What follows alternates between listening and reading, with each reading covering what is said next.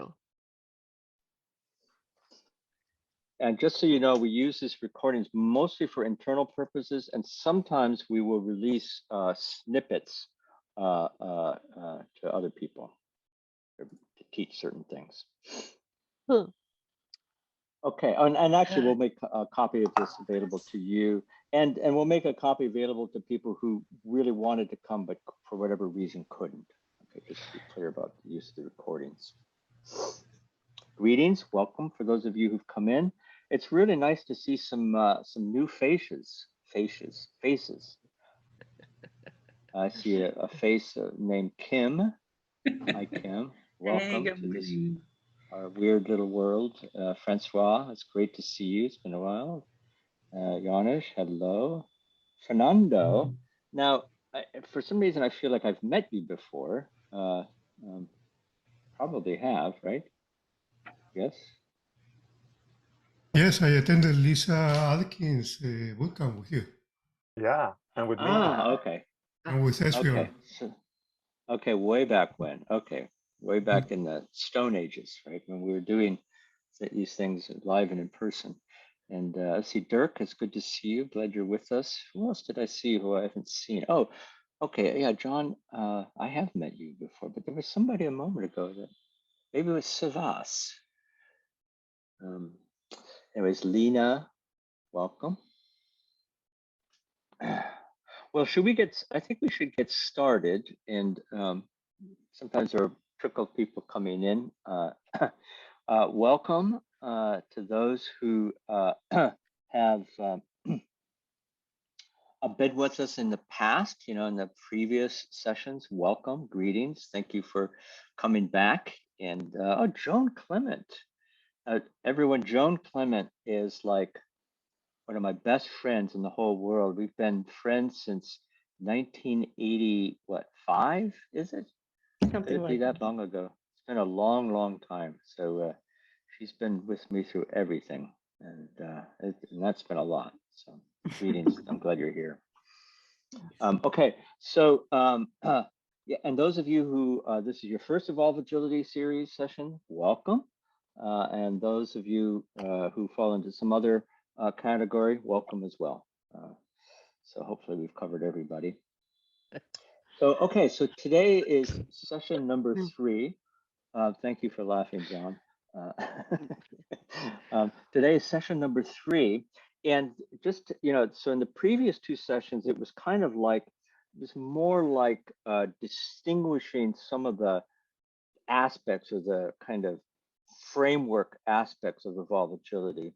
And today we're going to do, it's a much more practice-oriented session where you're going to actually practice things. And there are a lot of practices in Evolvagility. And just so you know, we're planning to offer a workshop, and we'll send an email out about that. It's still kind of cooking and brewing right now, but we plan to do something where we bring all this stuff together in a very intense workshop environment. But today we're going to drill down into a single sort of practice frame, and we'll say more about that in just a moment. And Esbjörn and Antoinette are here, and they're going to be basically taking the show much of today. And I think most of you know them. They are my partners at the Center for Inner Agility, and master practitioners of much of this work, although none of us are really masters. So shall I just turn it over? And I'm going to be here. I'm going to be weaving in my usual, color commentary, as we call it. So so I'll be here and kind of. In others, we would call it 2 cents, Michael. Yeah. It's 2 cents. In your case, the value of the color commentary is immeasurable. So, a Michael 2 cents. Yeah, great, great. Okay, so let's take it away. So I'm going to share my screen because pretty soon we are going to be doing some fun stuff. that I need sound and a whole bunch of things for. But really, um, just first of all, to refresh your memory now, I just need to find where my cursor is. There we go. Just to refresh your memory on the definition of evolvagility, so that set of distinctions, practices that help individuals and collectives have skillful problem solving conversations that draw upon collective wisdom and at the same time enhance that very wisdom. Today, we are going to focus more on the individual part of one of the practices, but you will also get to experience, how it is a social activity. And really, what we are going to ask you to remember, or that we will bring in every now and again, is we're giving you about 1% of that practice today. Um, the last time we spoke about the fact that there are horizontal practices, but actually we need both the horizontal as well as the vertical um, aspects of our being to really bring these practices fully to life and have them impact ourselves and our organizations, the whole ones that we work in. Um, we're really gonna Today we're gonna focus on the horizontal, and you may become aware of how the how the vertical plays into it, but we're not going to put our focus there. So our intent Matt, is to give you. Can I? Yes, absolutely. And I can't see Sorry. anybody, Michael. So right now I just see Okay. my screen in front of me, so I can't see if you gesture. I'm not paying attention to you. Yeah. No worries. No So worries at all. So I just want to something I want to say to this slide is that um, Evolve Agility is a set of practices that are ultimately about producing very, very tangible results. So while much of what happens in Evolve Agility, much of the focus in Evolve Agility has to do, say, for instance, with vertical development and all that kind of stuff, the overall orientation, the whole raison d'etre is to help people have better problem solving conversations. That's the bottom line, is to help us have better problem solving conversations. And that's what all of this draws up into. And there are different levels of depth that are called upon to move that. But the bottom line, that's what ultimately this is about. yeah, yeah, Can I yeah. And also chip in, building on go what for it. you just said, both of you? I When I learned about evolvagility at the first time, I loved it, and I learned a lot from it, and I felt really smart. And then for quite some time, I didn't use it much. I was like going around knowing something, like having a secret, and sometimes I was mad at other people for not knowing, because it was so clear and so evident, I thought, because I had learned it. And it took quite a while before I started to sort of practicing it rather than just keeping it, having it. So for me, what we're doing today is a little bit of opening the door to that. And I really think that was an important step for me, and I hope that it will be for you too. Yeah, Yeah, and sorry, and then after this, I promise I'll shut up for a little while. I really want to highlight that there are lots of different levels of expression and different levels of engaging with Evolve Agility. So for me, I've gone on since the book came out. I've gone on, really kind of in a different territory, examining the nature of human transformation and how you facilitate it, and and so we really need people operating at different levels of practice with this stuff. And so, like, the thing that I love about Antoinette and Esbjörn is that they've mastered aspects of Evolve Agility that I myself haven't mastered. And so So we really need all of us to be able to kind of teach this work in the fullest sense of the term. Thank you, Michael. And thank you, Mhm. Esbjörn. So the practice that we are going to be focusing on today is the practice of sense making. And like I say, we're going to give you like a 1% of the territory. You're going to explore 1% of the territory with us. And in order to do that, we are going to use a couple of activities. Some of them may be interesting to you, some of them may be less interesting to you. Especially this next one may feel a little trivial to some of you, but I invite you to engage with it and just see what comes for you. So what I'll be doing is I will be sharing a little video clip, okay, from Central Perk for those of you who know Friends, little video clip, and I'm going to ask you to watch the video clip and pay attention to what you are sensing in the video clip. As simple as that. What are you sensing in the video clip? Okay. So I can't see anybody. So I hope that I shared my screen properly. I'm going to start the video and just stop it to hear whether everybody's got sound. Do you have sound? Yes. Yep. Cool. Okay. So what are you sensing? Bullies, big bullies. Oh, look who's here. It's the weenies. Did we not make ourselves clear the other day? Yes, and that's why we're here.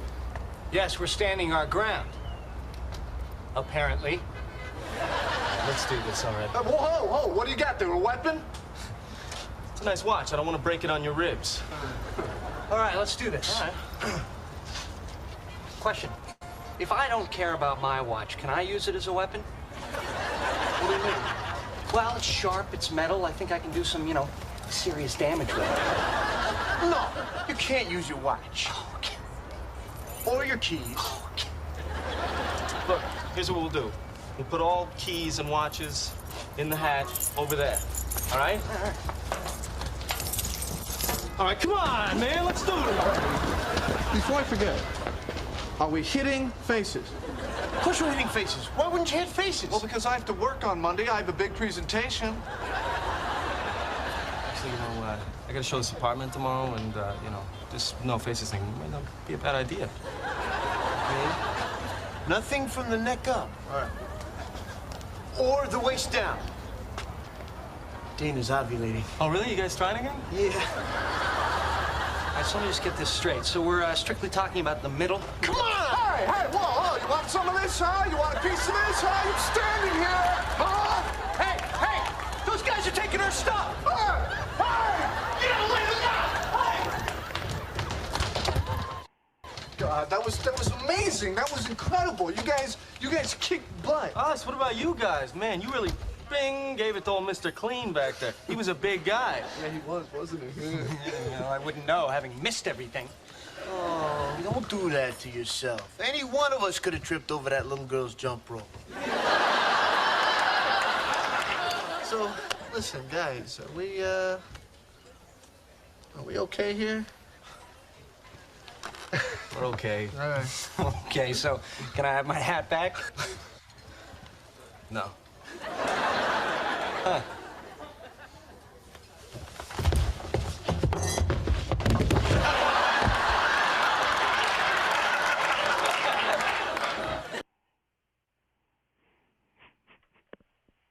Okay. So who wants to have a go at one or two things they sensed in that video?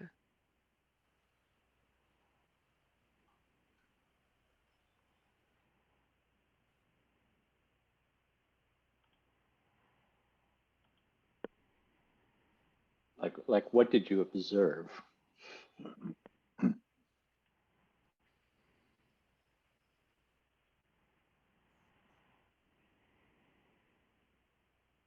So for clarity, observation for me is easy in this sense. Sensing might be a little bit more taxing. So which are we working with? Or are we working with both?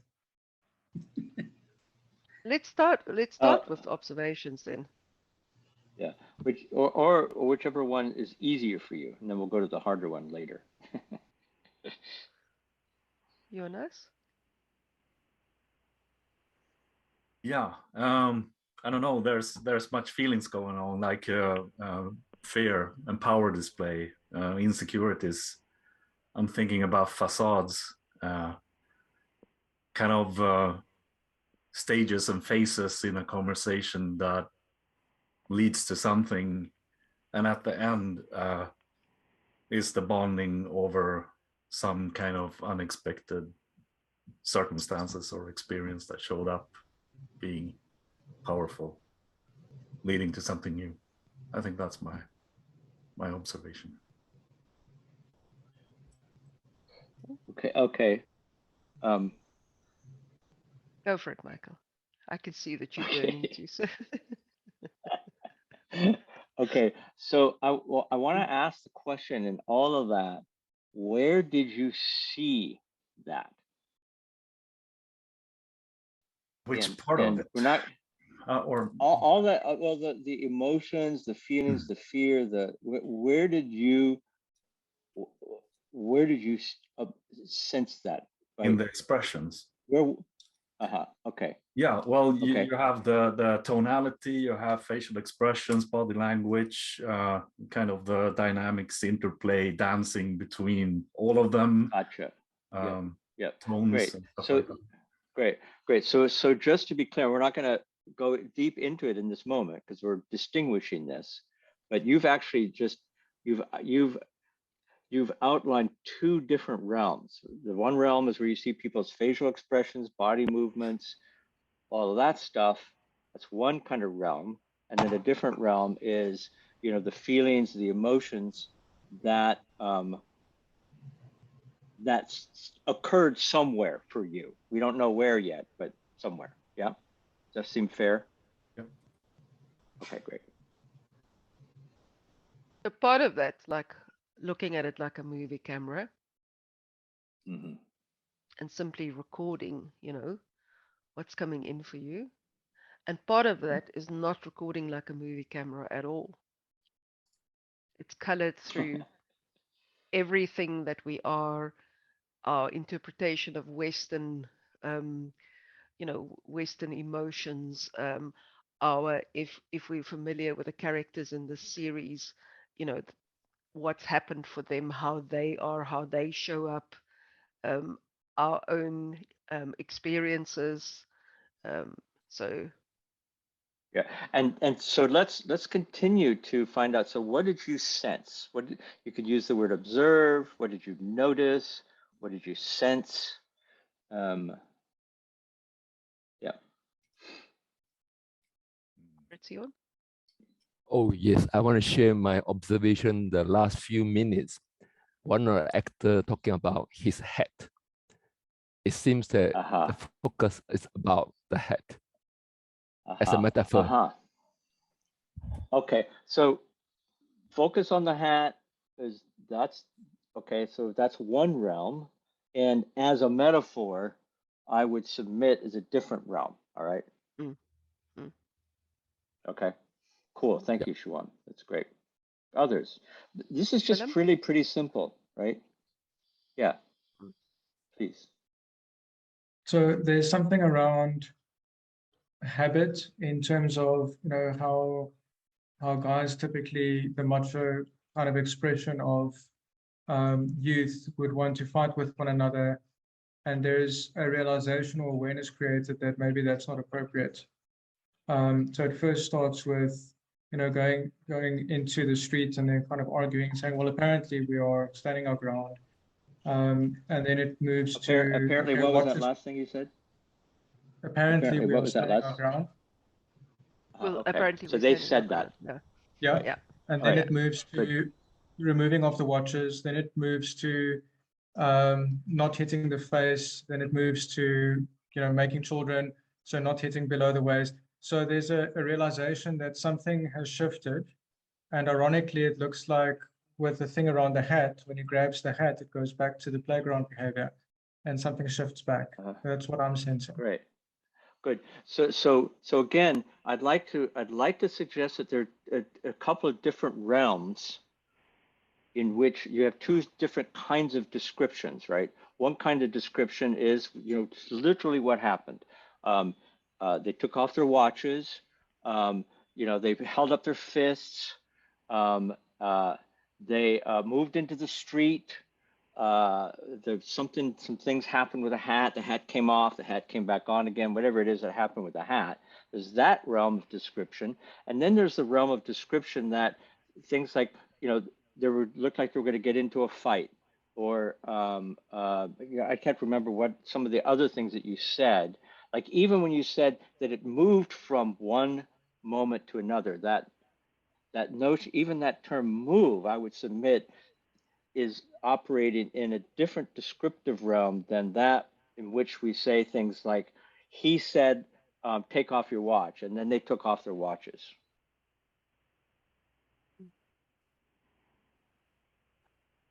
So for the purposes of today's, the remainder of today's webinar, we really want to practice this very simple distinction. We're gonna dumb it down even more than what we do in Evolvagility when we talk about sensing versus sense making.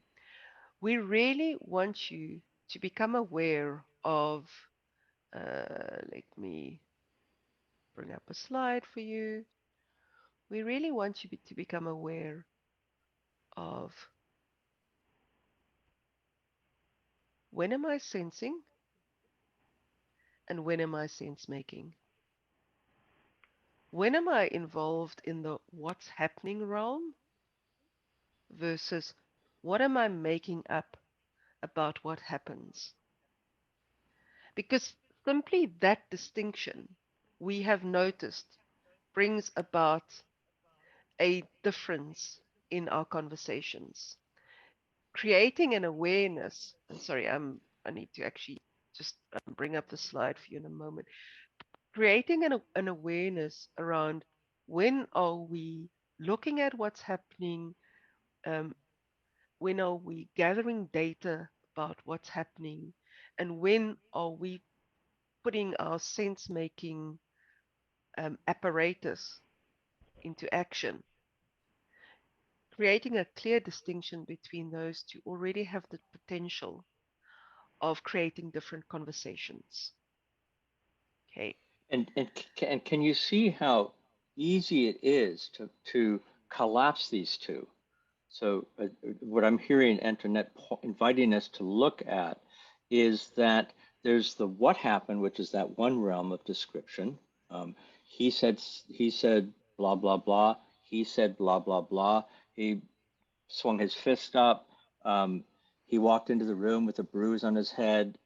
Those are all, that's one realm. That's the realm of what happened, right? And then the other realm, the sense-making realm, is all that other stuff. And for the most part, we conflate the two. We operate as though what we're making up is what happened. And we forget that we added that interpretation. And we relate to our interpretations as though that's what happened. And we don't notice that that's what we're doing. Is that a fair way to kind of speak to what you're bringing in, Antoinette? Absolutely, absolutely. There are also so. Sorry, go for it. Yeah, I was just gonna. Okay, I can hear myself. So there's a funny part of what Michael brought in when they get back into the coffee shop again, and one of the guys has a bruise on his face, and that's actually what we know, that he walks into the room with the bruise on his face. And at least for my part, maybe not for you, but for me, I'm thinking he was in a fight with the guy who stole their hat or whatever, the watches. And the other guys came up on top, but he got his ass kicked a little bit. That's my interpretation. And then just a few seconds later, I realized that interpretation was not right at all. Something completely different happened. he fell over a little girl's rope, and that doesn't sound as manly as getting his ass kicked for some strange reason that I can't explain. But my first observation still holds. He came into the room with a bruise on his face. It was just my interpretation that was totally off. Yeah. Now here's the thing that's so brilliant, is that what has the whole scene work is that play, that play on interpretations. That most people, when he came back with the bruise on his forehead, would have the interpretation that he obtained that bruise by being in a fight. And so what makes it humorous is to discover is that moment when that interpretation is incorrect, that a different interpretation comes online. And an interpretation that plays on certain cultural worldviews that we all share, or many of us share. And that's exactly what happens in most conversations in which what we're trying to do is make decisions. It's funny in a sitcom. It's not so funny when major business decisions ride on this.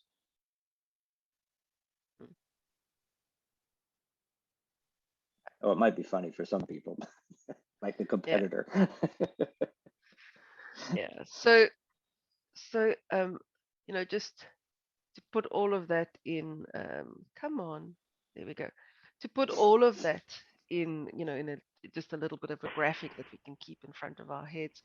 So what happens in normal life when there's pressure, when we are clever, when we have lots of experience, when when we tend to oversimplify what's happening to us, we go from sensing to making sense in the blink of an eye. It's completely conflated, and actually jumping into responding or an action immediately after.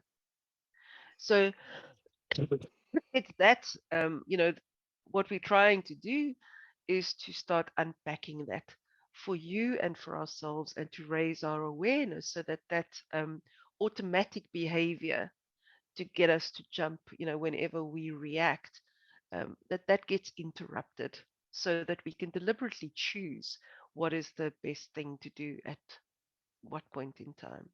Okay. So we're going to ask you, I'm going to stop my sharing. We're going to ask you now to play with us in breakout rooms. So we've got a series of activities, and I'm wondering, Esbjörn, whether you are busy with breakouts and want me to introduce it, or whether you'd like to introduce I it. am, but I would like to ask you a question. We're not even triads, so should we be 4 people in a few rooms, or should we have one that is just 2? No, I think if we can be 4 people in one room, that would be great. I agree. Okay.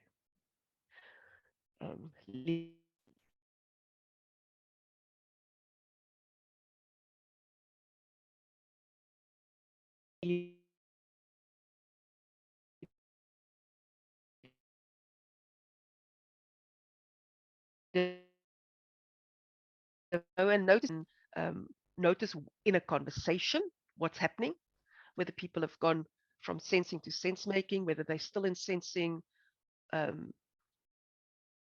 what is happening in general. So we're going to give you a chance to watch a conversation between 2 or 3 people in the case of the group of 4. So pretty soon we're going to open up the breakout rooms. We'll do 3 rounds. So the group of 4, maybe we can make sure that that we have somebody that's off camera in the group of 4. Esbjörn. Okay. The group of 4, one of you will not get a chance to play observer, but in every other room, one person starts by bringing a challenge that they're currently experiencing. We ask that the second person play the role of thought partner, problem solver. Okay. And just engage. It's not a coaching conversation, not any kind of fancy conversation. Just simply put your head together. with the first person and have a conversation. The third person, whoever is the observer, we ask that you start paying attention and start making up whether the people in front of you, the two people in front of you, whether they are in sensing or whether they are in sense making. Okay. And we invite you to approach this in the spirit of play. You know, so this is not like you trying to get it right, but just you're playing around with this. Yeah. And now someone else has just entered the room. Lena has just entered the room.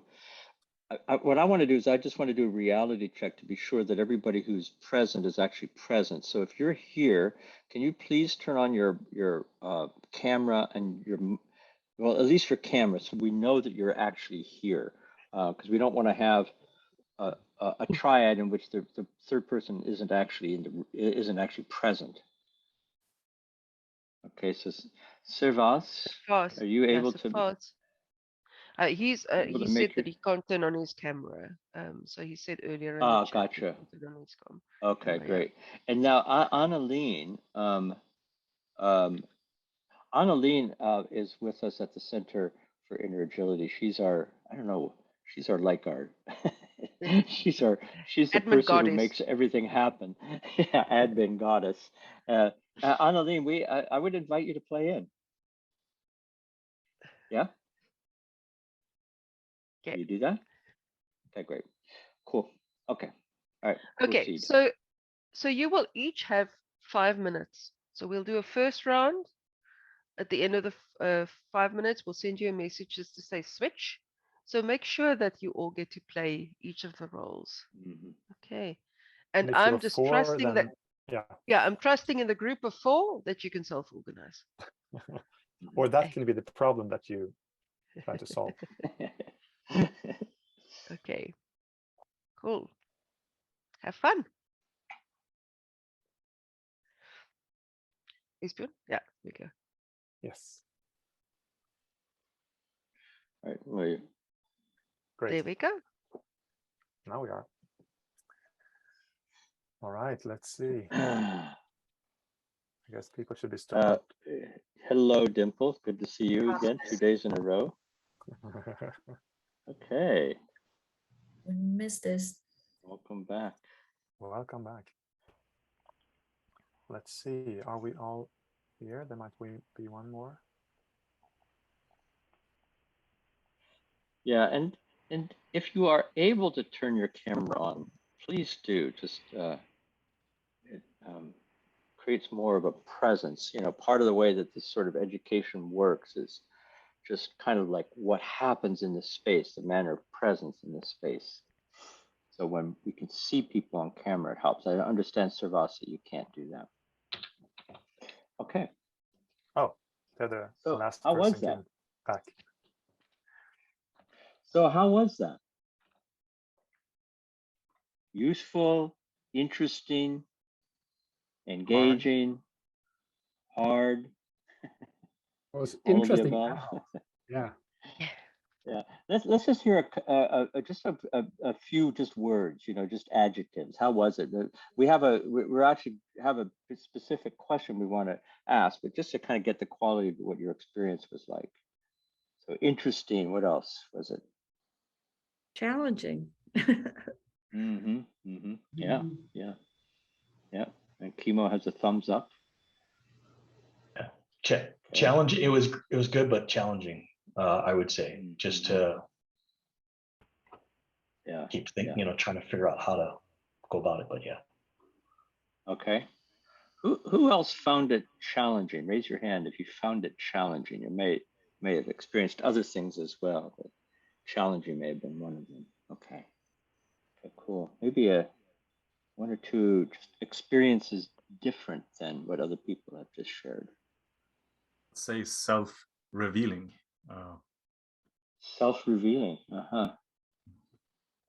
Cool. So I'm kind of untangling. Shuan wrote untangling. Are you still untangling, Shuan, or was it was untangling? Oh, yes, I'm still untangling. Okay. Okay, good. So I'm wanting to just, we have that question that we had in mind, Esbjörn and Antoinette, but another one just has come up just to respond to what's showing up here, which is, what was it about this that was challenging? We have another question as well, but maybe if we could start with that one. What about it was challenging for those of you for whom it was challenging? I guess the biggest challenge, if I can go first, is how to describe the challenge without getting into sense making right away. When you present it, you just don't sense, you don't even describe what you sensed some time ago, you basically interpret it right away, your way. Yeah, great. So perfect. So consider, Janusz, and for others who might have had a similar kind of challenge, that there, for the most part, the things we experience as challenging has nothing to do with those things. And it has to do with the way in which we relate to those things. And for the most part, the vehicle through which we relate to those things is a kind of a sense making. We move into it sort of an interpretive mode. Consider, right? So just put that in the back. You know, don't worry, we're not going to deal with that, right? But just put it in the back. Okay, great. Thank you, Janusz. Who else? What was about that was challenging? I think it's for me it's challenging to find that that language that make people aware that they are sense making, that they are performing sense making, if you say it, to kind of catch that that difference. That how do you know? They're so sure that whatever is the problem, but from the outside one might say that that's sense making. How do you know? Without being to raise that awareness, both for myself and for others, to use the exploratory language, or how to explore that with a person without being so very so questioning, or how should I say? Yes. Great. So it's really wonderful. What you all are doing is that you are raising exactly the kinds of questions and pointing out the kinds of difficulties that Evolvagility is all about helping us address. So the difficulty that you're raising, Lena, is how do I what language, what linguistic practices might I bring to bear such that it becomes possible to help others distinguish for themselves when they're sensing and when they're interpreting, or when they're sense making, in a way that's inviting and in a way that cuts through that sort of the anxiety, because for the most part, we do this work when people are in the midst of something that's hard. We don't do this kind of work in the midst of when things are easy, because we don't need this. We don't need to do that. It's just when it's hard. So beautiful. Great. Thank you for that, Lena. I wonder if we should move to the actual question that we had planned. Yes, please.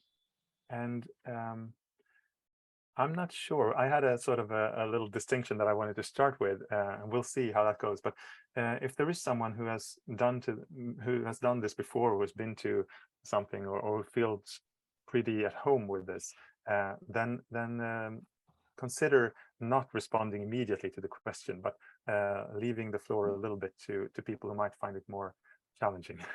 Perhaps we all do, but because we don't want this to go too fast. We want it to be so that everyone comes along. And the question is this: what is a hint or a clue that you, as observers, when you were an observer, noticed that led you to believe that, oh, they're in sensing right now, or that person is more in sensing, or that person or both of them are in sense making right now?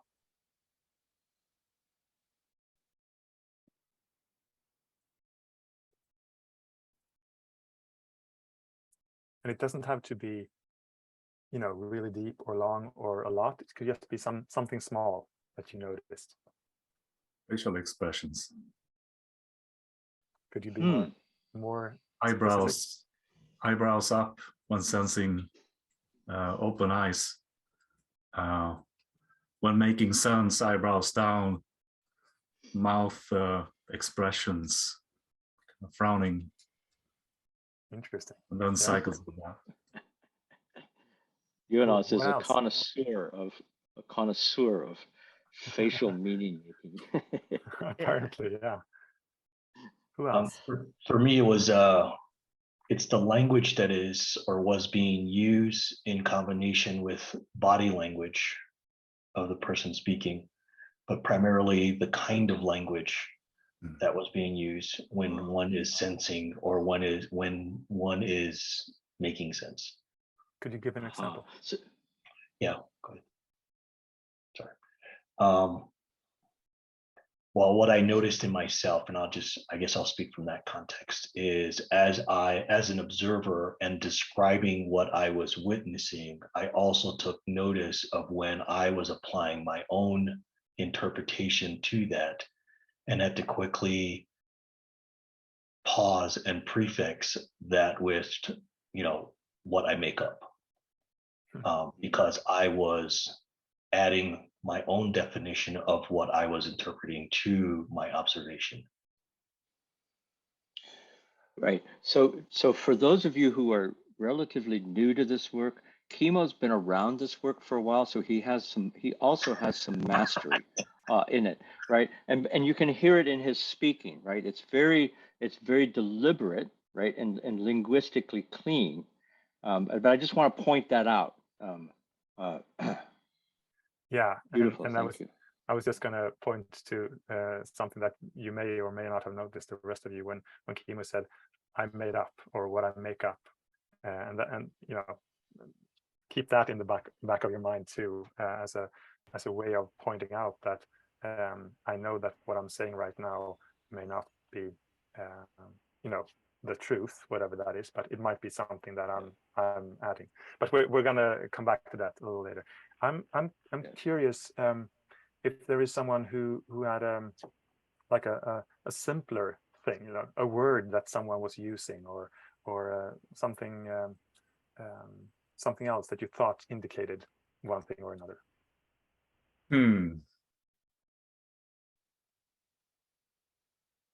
Every time someone says the problem is, that's a clear indication of sense making. You mean like when I say to my wife, the problem with you is... Okay, thank you for that, Francois. Yeah, really good. That's a really good hint. Yeah, that's great.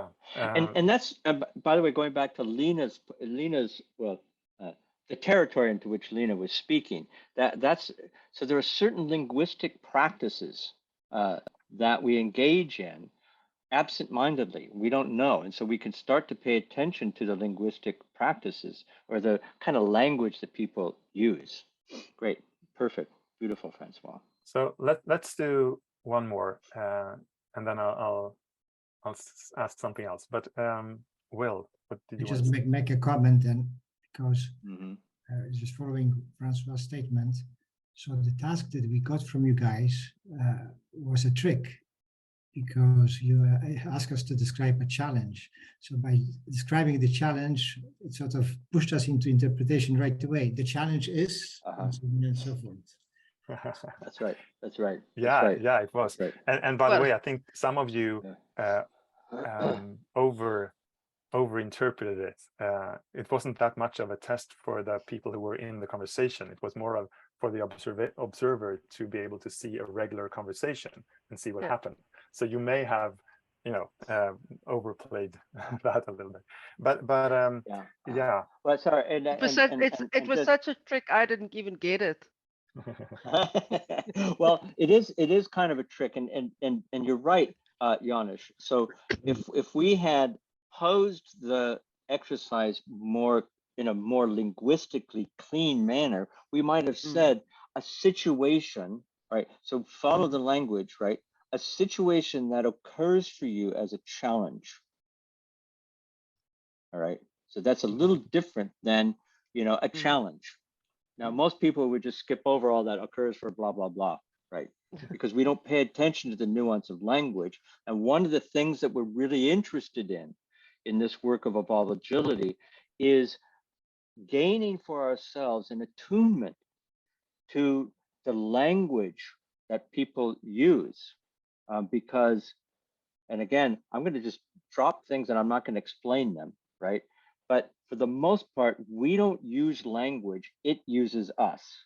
And so a big part of evolvagility is helping us uncover the language that is using us and which we're unaware that it's doing. So that would be an example, like the notion of a challenge. Thank you for that, Janusz. That's great. Yeah, thank you. I was wondering, Will, did you have something that you wanted to say or add? Yeah, so I think simply put, you can identify people making meaning or sense making when they make connections between what is sensed. Yeah. Yes. Yep. Wait. Can you say that again? Because I think I followed it, and it feels like really important. Can you say that again? Do you mind?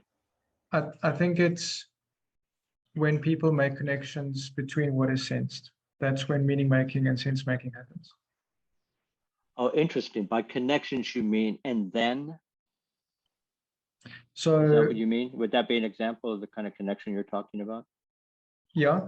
So I'm connecting with the fact that I'm seeing somebody frown and I'm hearing their voice raised and they're raising a topic that happened yesterday in which I was involved. So now I'm responding and I'm making connections between all of those things. Right. Or I'm bringing a memory and that is a connection I'm making to something else. So where there's connection, there's sense making.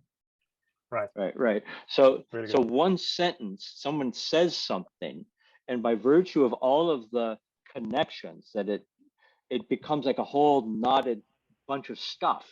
You know, it could just be as simple as, you know, I'm feeling tired, or someone yawns, and all the meaning that we give to when someone yawns in a meeting, for instance, or when I'm waxing eloquent and someone yawns, right? There's a lot. It's just simply a yawn. It's not so simple. Okay, awesome. So the point of this first exercise was a little bit to make sure that everyone sort of gets the distinction between sensing and sense making, not just, you know, theoretically, but observing it and sensing into it, if you will. Is there someone for whom the distinction is totally I don't get anything, or has it become a little bit clearer? And that was a bad question to ask, but I wasn't going to say it. Yeah, another way of asking the question: for whom is this like you completely don't get this distinction? I actually feel like it's pretty clear in the room. Yeah, great. Yeah, all right. So maybe we should move on to the second exercise. Antoinette, would you like to? Well, I'm just wondering whether people need a break. We're an hour in. Yeah. Whether people need a quick break. 5-minute break? It's seven past at the moment. Yeah, so if we can be back at about, well, I know that I say 12 past and then we miss it, but let's be back at 12 past. Yeah. Okay. Cool. Awesome. Okay. See you in a few minutes. See you then. All right. It's even 13 past now, so. Yes, and I'm talking and I'm still on mute. After 2.5 years of pandemic, I'm still on mute. Okay, so. Are you saying you've been on mute the entire time of the pandemic? You would have noticed that. I would have. Yeah. Okay. So how do you feel about another activity? Up to it? Cool. I'm glad to see you still awake, Olaf. So this time round, what we'd like you to do is not have an observer, but simply have a conversation. You can pick one of the topics that were mentioned um, by one of you in the previous round. You can pick a new topic. We're going to give you 10 minutes, so I would suggest that you try and decide on a topic as quickly as you can so that you've got more time to converse with one another. And this time around, we're going to ask you to notice in yourself what is happening. Am I in sensing? Am I in sense making?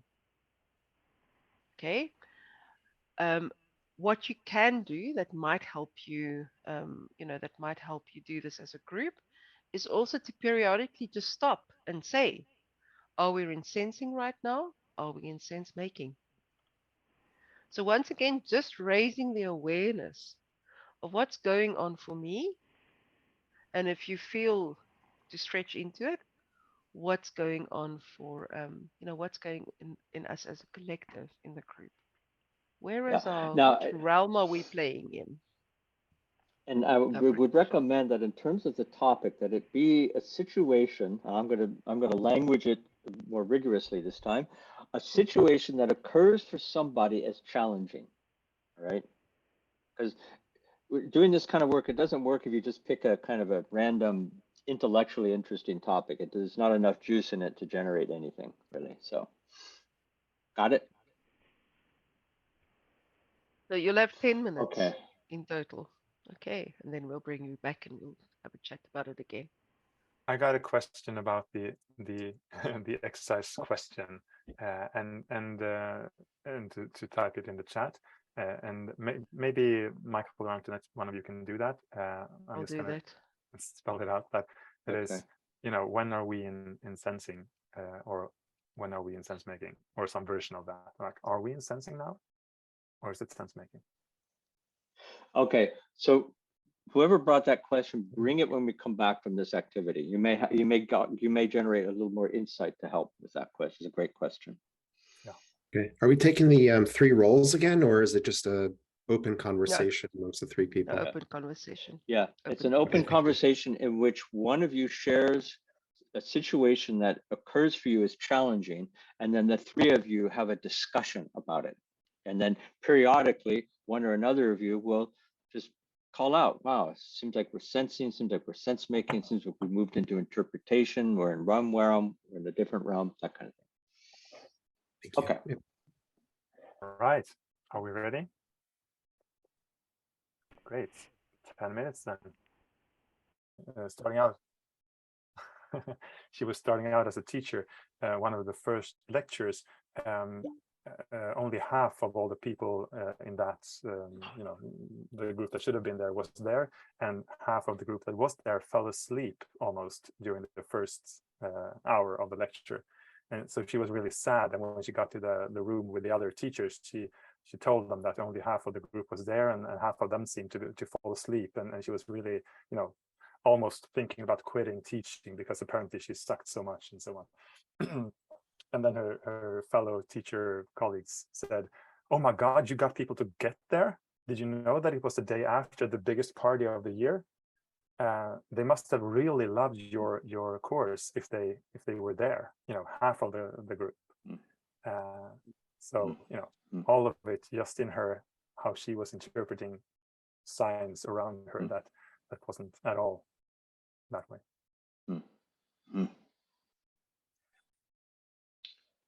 I'm thinking that maybe we should move over to the next part of the session. Is that okay with you, both of you? Absolutely. So I'll yeah. Michael's in. I see. Yeah. Well, I wanted, before we leave this, I want to just like kind of maybe bring some completion to this before we go to the next thing. Why is this important? Why we've been making a little bit of a big deal of distinguishing what we sense or what we observe versus what we make up or what we interpret, or the domain or the realm of what happened versus what we make up. And so why is this important?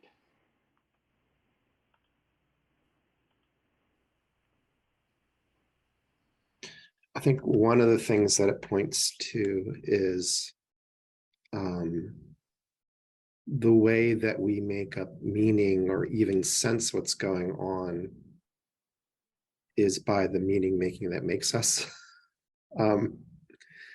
Jonas said something that I thought was pretty insightful, because we were talking about one of the challenges with these exercises, and we were kind of doing a meta kind of thing, which is the challenge of the exercises. Am I getting out of it? One of the people brought up in the conversation about, am I getting out of it what we're supposed to get out of it? And I'm like, okay, well, let's take a step back from that. Like, what's the expectations that we've got, or where are those expectations coming from? And one of the things that Jonas said is, like, separating out the sensing and the sense making is, and if I'm paraphrasing this wrong, Jonas, please play in. If we're sensing these things, if we're separating the sensing, are there times that we sense things, or maybe we don't sense things based upon what we're bringing into the conversation, right? So sometimes we sense things based upon what we bring into the conversation, and sometimes we don't sense things based upon what we're bringing into the conversation. I thought that was a good distinction to make. Yeah. That's and what I'm hearing you say, Ken, is you're suggesting that there's a kind of an aspect of our sense making that operates in the background that, in a sense, blinds us. That it creates blind spots. That there's certain things we can't see, that we can't sense, and to the degree that we can make transparent that sense making by teasing it out, by kind of like, teasing it out from, our actual sensing, it makes room for actually more capable sensing. We can actually sense more. We can actually become more aware. By the way, Francois, you put questions into the chat that are so compelling, and I never know how to address them, and in the flow of what's going on in the session. So I just want to acknowledge you and your questions, and I promise that in a follow-up email, I'm going to take those questions and at least speak to them. Is that a workable alternative to us actually not dealing with them here in the session? Totally. Thank you for that. I didn't want to break the flow of what was going on. It was very insightful from Ken, and I didn't want to interrupt that in any way. So that's why I put them in the chat. Right. Great. Thank you. Good. So I'll respond, not like an answer, but just like a response or maybe a beginning of a dialogue.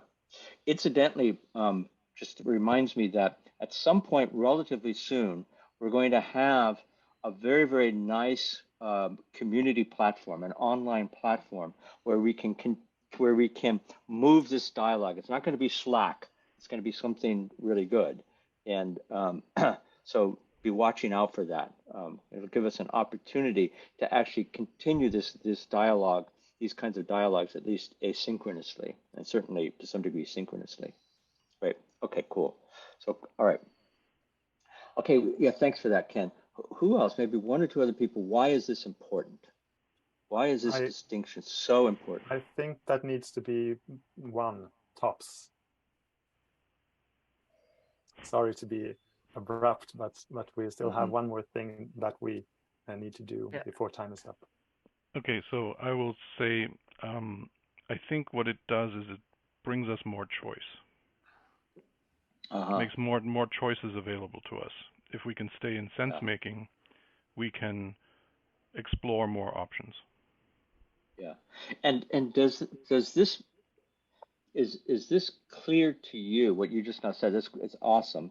Is it clear to you, Olaf, to the extent that is like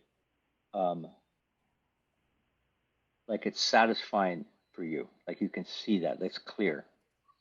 Yeah, it's very clear to me. And it's a double-edged sword as well.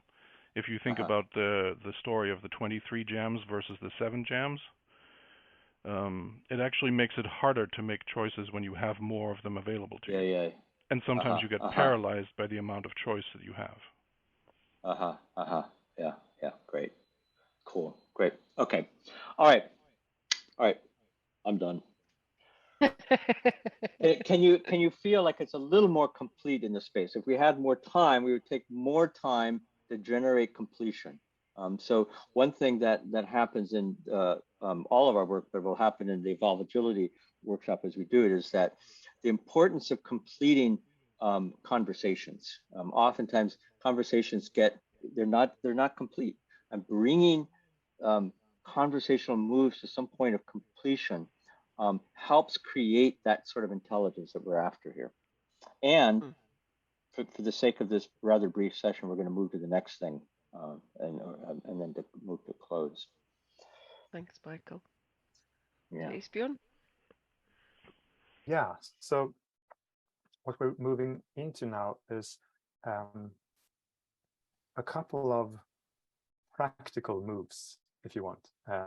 So a few you could call it tricks, I guess, or simple things that you can do to bring this into your world, to kind of avoid what I told you about in the beginning, where I said that, you know, I came out of something like this feeling really smart, seeing a lot of stuff perhaps and knowing a lot of stuff, but I didn't know how to employ it or you know, have an impact with it in the world.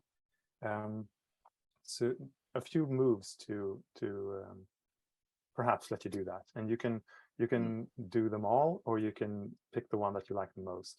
Antoinette, did we have a slide on this, or? We actually don't. No, so you have to take notes or watch the recording afterwards. But they're not that hard, so maybe take notes if that's okay.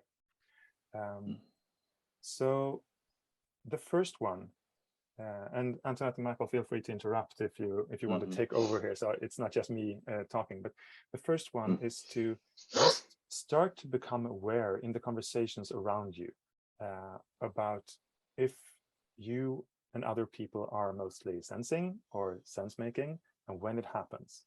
So the suggestion here is not to try to get in there and do something and tell people about it. Just be aware of it and see. In a way, for me at least, it started out as just people are talking, and when I tried doing this, it's starting out being sort of a flow of things going back and forth like a wave. Like, oh, so we're saying a lot of the time in this part of the pool or in that other part, and this is what's happening, which I didn't pay attention to before. So that's the first one, just exercising that. And incidentally, you don't even necessarily even need to say anything about what you're noticing. The noticing will help you. That's not exactly the right word, but I'll use it. Will help you become more intelligent in that conversation, because you'll notice yourself what it is you're speaking from. Are you speaking from sensing, or are you speaking from sense making? And if there's one person who's able to make that differentiation through the practice of conversation in any conversation, that alone improves the quality. It raises the level, the level of intelligence of that conversation. Yeah. So the second one.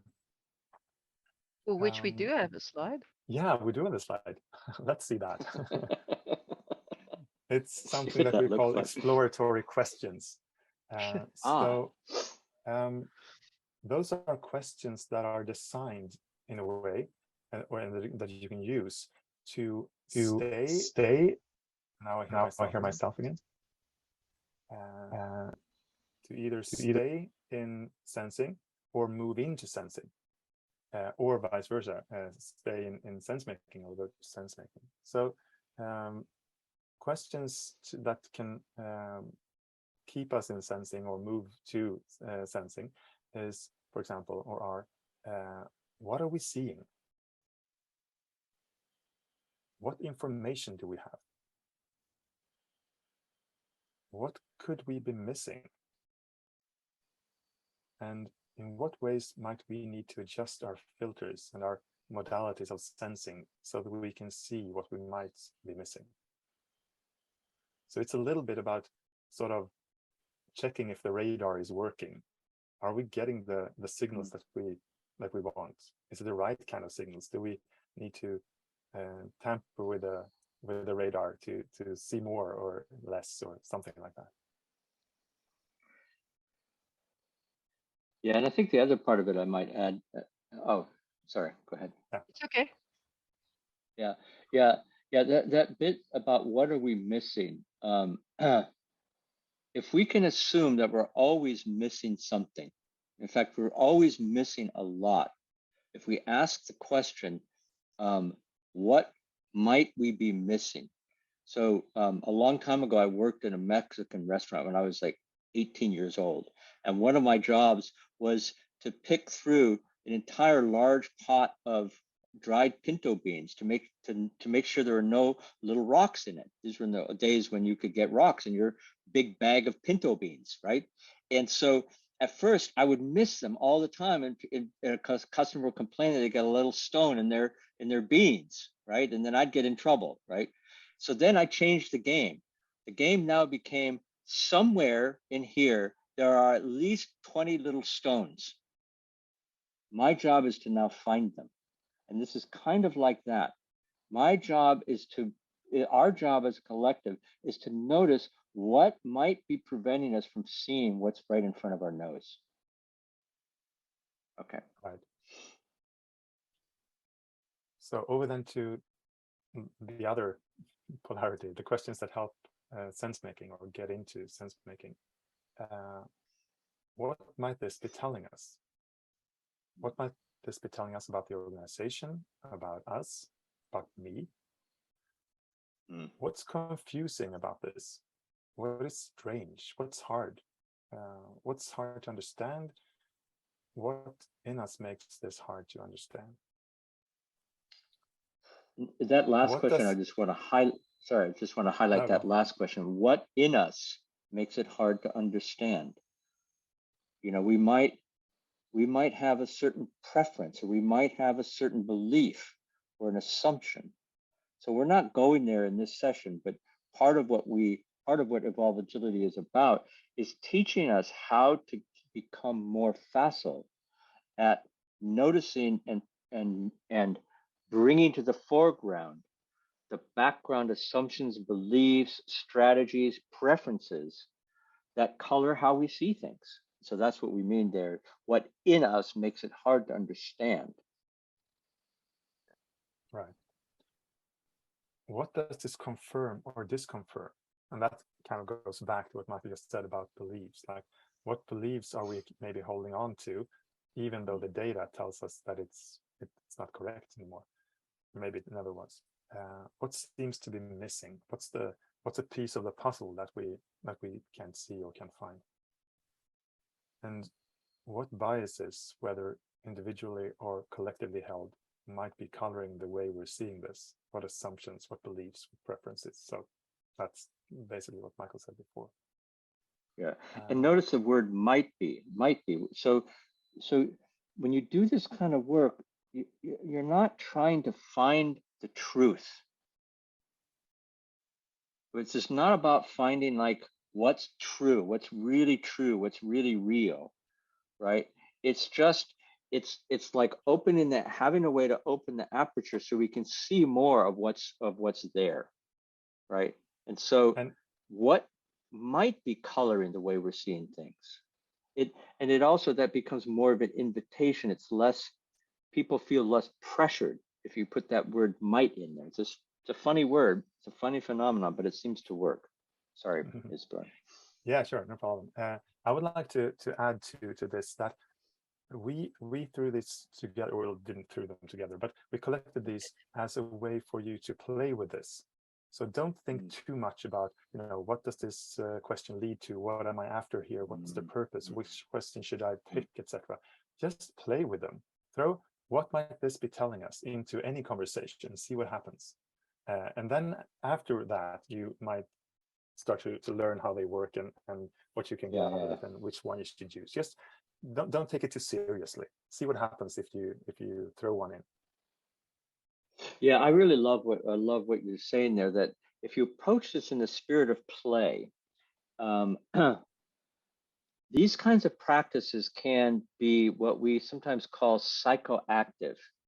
And psychoactive is something that generates an alteration in state of mind, right? And these kinds of practices, if you engage in them,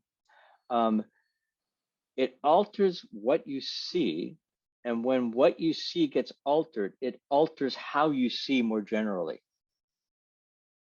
So these are practices that alter what you notice. Like, oh, I noticed that I noticed that I am very driven, to achieve something. I'm, my stake in this conversation, or my stake in the collaborative work I'm doing in this team, is making it really hard for us to do this work because I'm so attached to a particular result. And that drivenness is making it hard for us to work together. And I can notice that showing up in the conversations.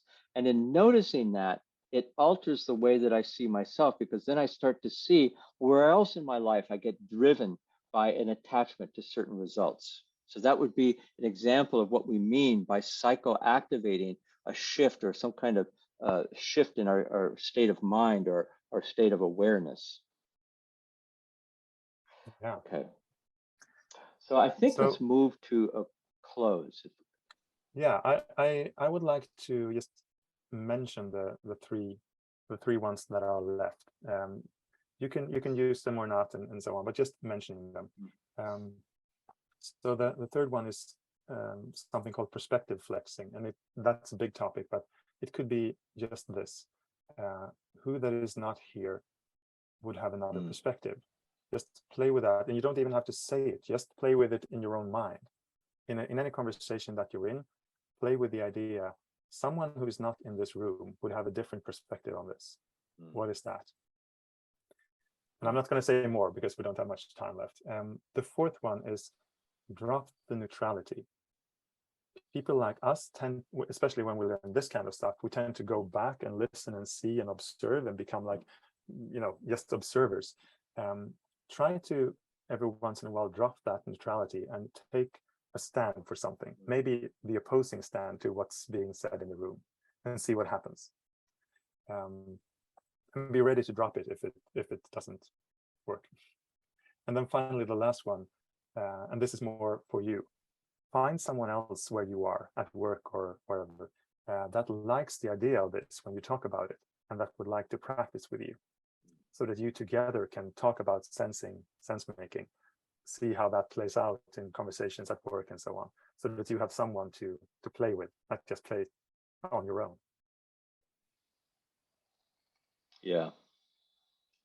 Finding community for this kind of work is really, really important. Yeah. Cool. Thank you for insisting on that, Esbjörn. That's good. That's very good. Cool. All right.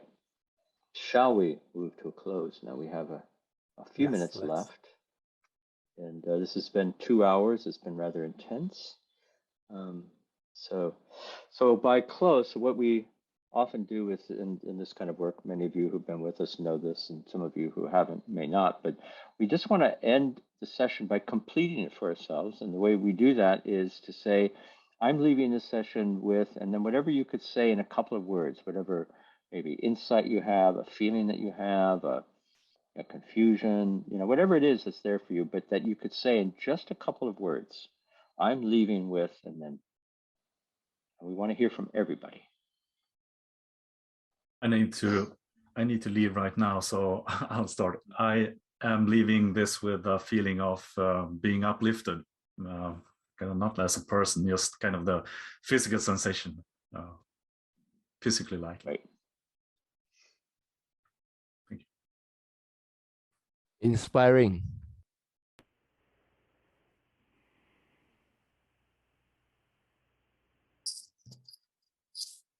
Yeah, I'm leaving with thankfulness. I was rushing into this, and then now I'm so happy that I made it. Thank you.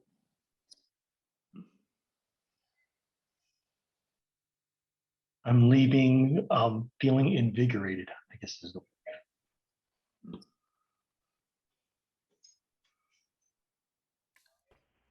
I'm leaving and feeling like a sensor, or maybe a family of sensors, has been turned on that was latently there, but not present. So thank you very much.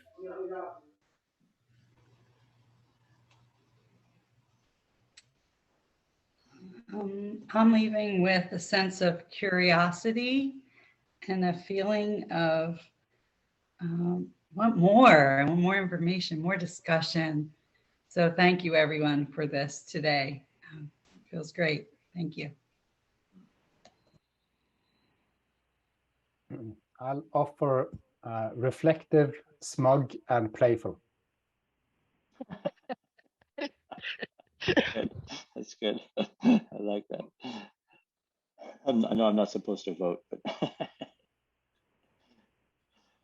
I'm feeling expanded and grateful and curious. Thank you.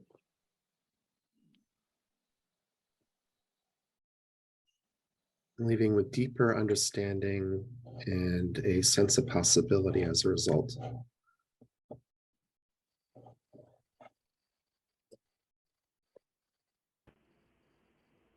Now I'm leaving sort of enlightened, energized, but also at the same time thinking how to use it in practice, how to create this community that we talk at the end of this meeting that is so important, and how to start using it in real life.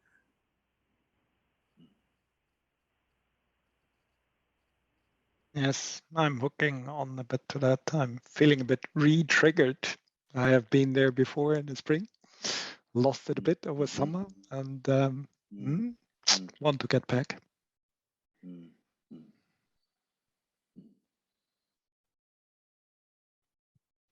bye, chemo.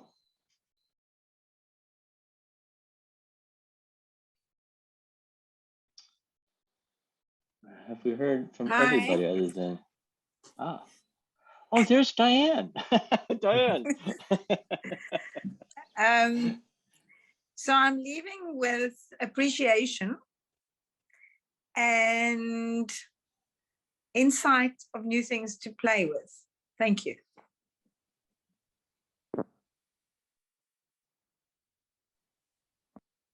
I'm leaving with notes to reflect on.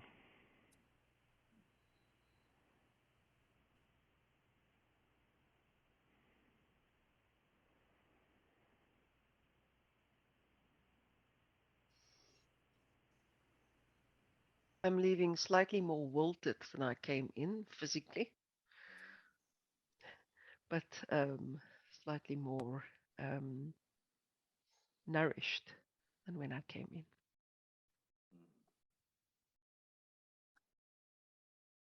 I'm leaving energized and inspired to continue working on the stuff that we have in store, and looking forward to hopefully see some of you there. Yeah, and I'm coming away with just a sense of delight in having worked together with Antoinette and Esbjörn in this session. This has really been a delight, and delight to be with you all. Just to let you know, we will send you a follow-up email, and also we'll keep you abreast as to what's next with this work. So we plan to carry this forward quite substantially, and so stay tuned. Thank you, everybody. Thank you. Thank you.